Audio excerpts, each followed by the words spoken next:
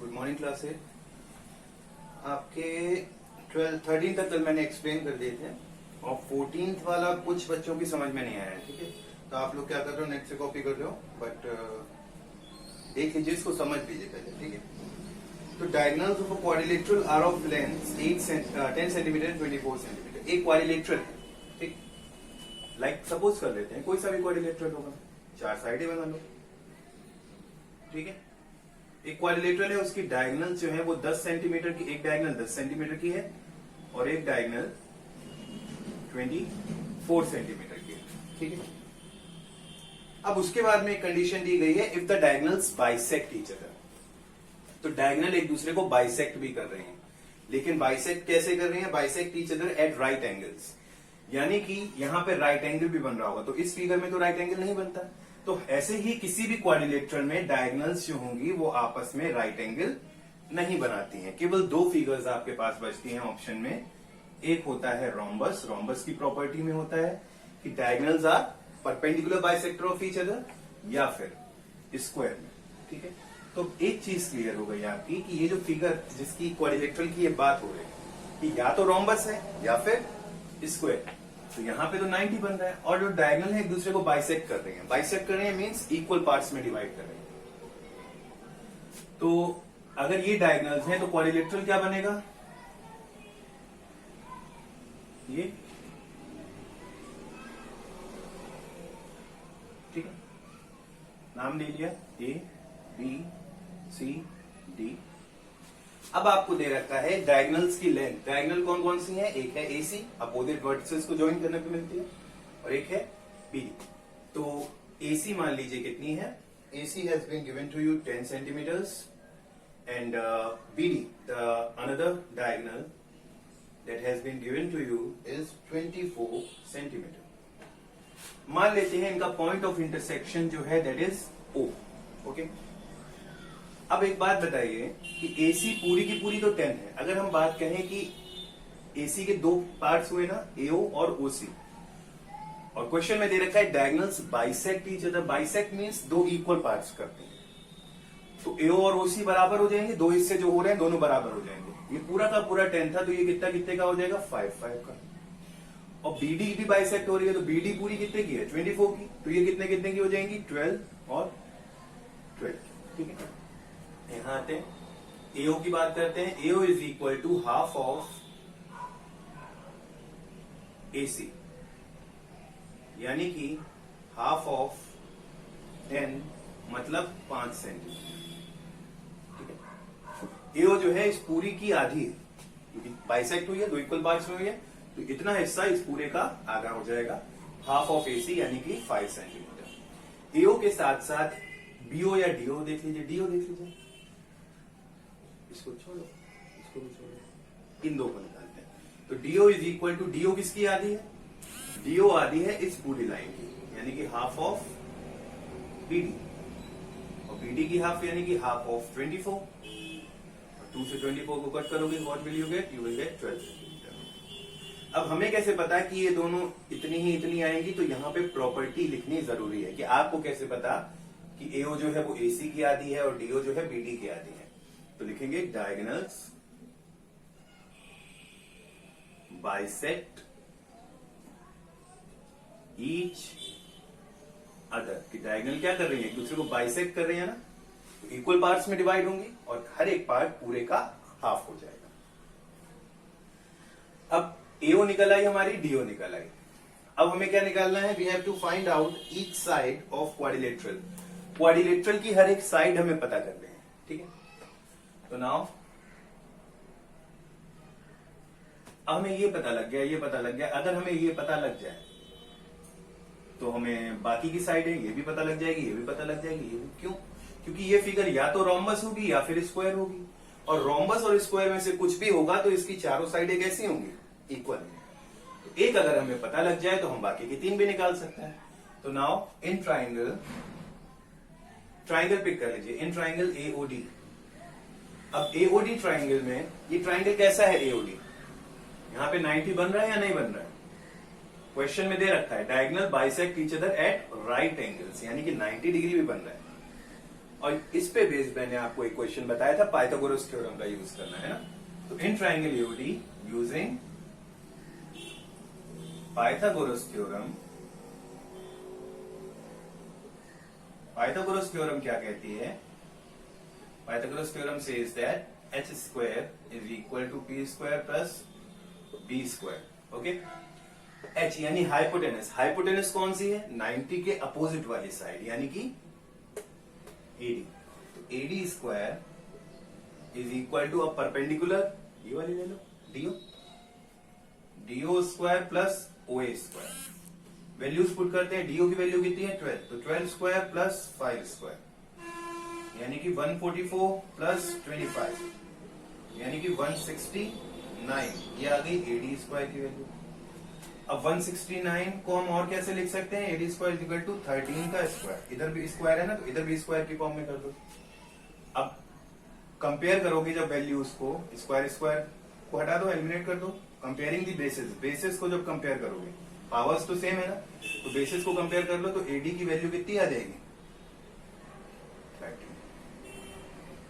एक साइड निकल आई इस क्वाड्रिलेटरल की, तो चारों साइडें कितने कितने की होंगी? 13 13। ये तो पार्ट हो गया पहला कि वो कह रहे हैं कि find the length of each side of quadrilateral. तो इसमें आप लिखेंगे the length of each side of quadrilateral is 13 centimetre. ये एक स्टेटमेंट हो गई। उसके बाद लास्ट में पूछ रहे हैं what special name can you give to this quadrilateral. अब इस क्वाड्रिलेटरल को आप क्या नाम दे सकते हैं स्पेशल, अगर देखा जाए तो? ये रोम्बस है या स्क्वायर?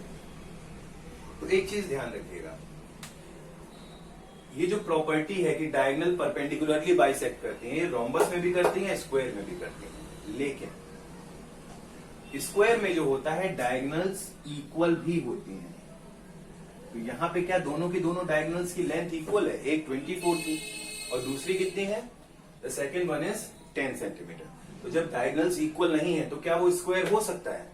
नहीं, तो दैट इज अ रोम्बस। तो आप स्टेटमेंट लिखेंगे the given quadrilateral is a rhombus. ठीक है, ये मेंशन करना है वहां पे। ओके, अब इसके बाद जरा ट्रू फॉल्स देख लेते हैं। ठीक है, the question is saying the opposite side of a rectangle are equal and parallel।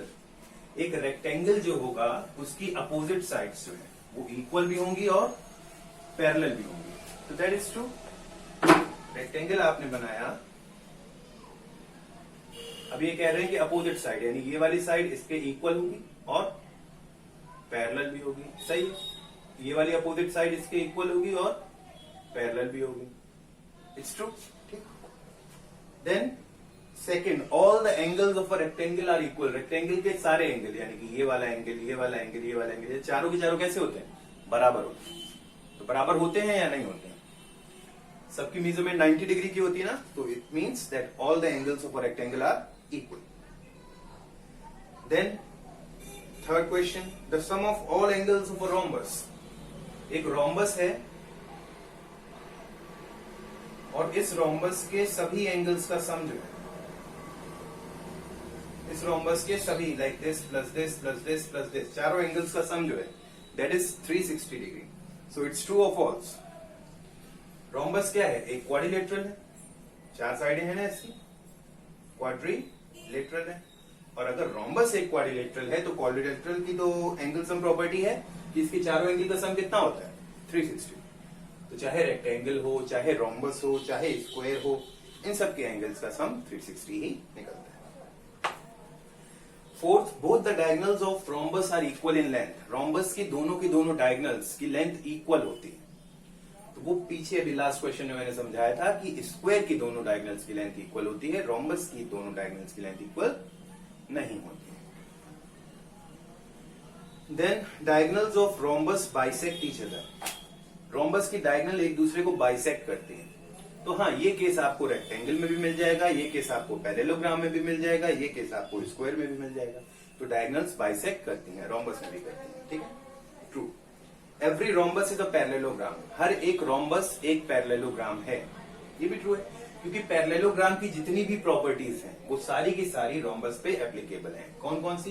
कि अपोजिट साइड इक्वल होंगी, इक्वल हैं क्योंकि चारों इक्वल है तो अपोजिट भी इक्वल है। अपोजिट साइड पैरेलल होंगी, बिल्कुल है, ये वाली इसके पैरेलल है और ये वाली इसके पैरेलल है। अपोजिट एंगल्स इक्वल होंगे, यानी ये वाला एंगल इसके बराबर होगा और ये वाला एंगल जो है वो इसके बराबर होगा। पैरेललोग्राम में जो होता है वही इसमें भी होता है, ठीक है।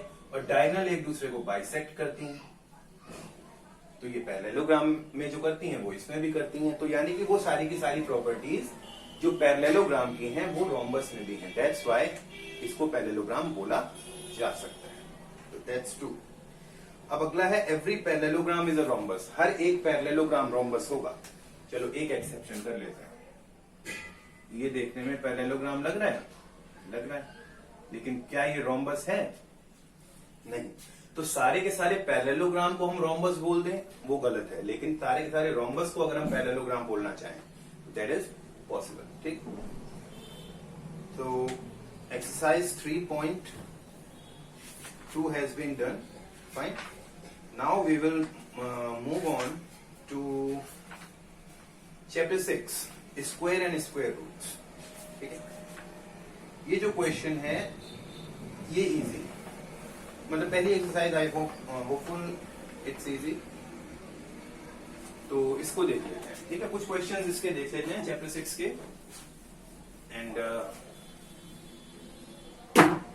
बाद में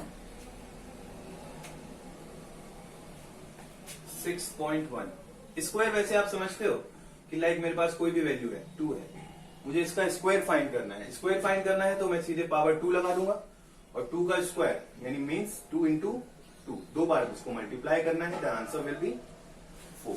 तो स्क्वायर में सिंपली हम क्या करते हैं, पावर 2 लगा देते हैं एंड देन उसको सॉल्व करेंगे तो you will get the square simply.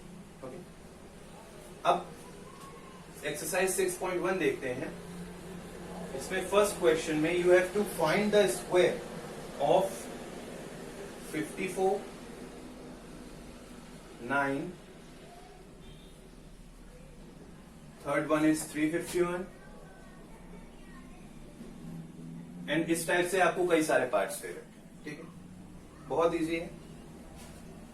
तो सिंपली क्या करना है, इनके स्क्वायर निकालने हैं ना। स्क्वायर का मतलब क्या हुआ, 2 बार मल्टीप्लाई कर देना। तो 54 का square is equal to 54 into 54 और सॉल्व करना है इसको। जो भी वैल्यू यहाँ पे आएगी वो इसका क्या हो जाएगी, स्क्वायर हो जाएगी, ठीक है। सिमिलरली 9 का स्क्वायर जो है 9 into 9 that gets equal to what, 81। 351 का स्क्वायर 351 इंटू 351 और जो भी वैल्यू आती है that will be your answer. Fine. तो पहला क्वेश्चन इस तरीके से लग जाएगा, it you will do by yourself. Then अभी के लिए फिलहाल पहला ही करिए, बाकी मैं आपको एक्सप्लेन कर दूंगा नेक्स्ट क्लास में एक्सरसाइज, ठीक है।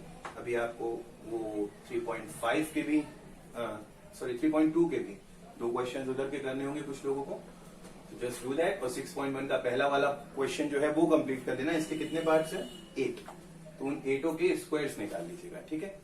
बाकी we will do in next class. Thank you everyone.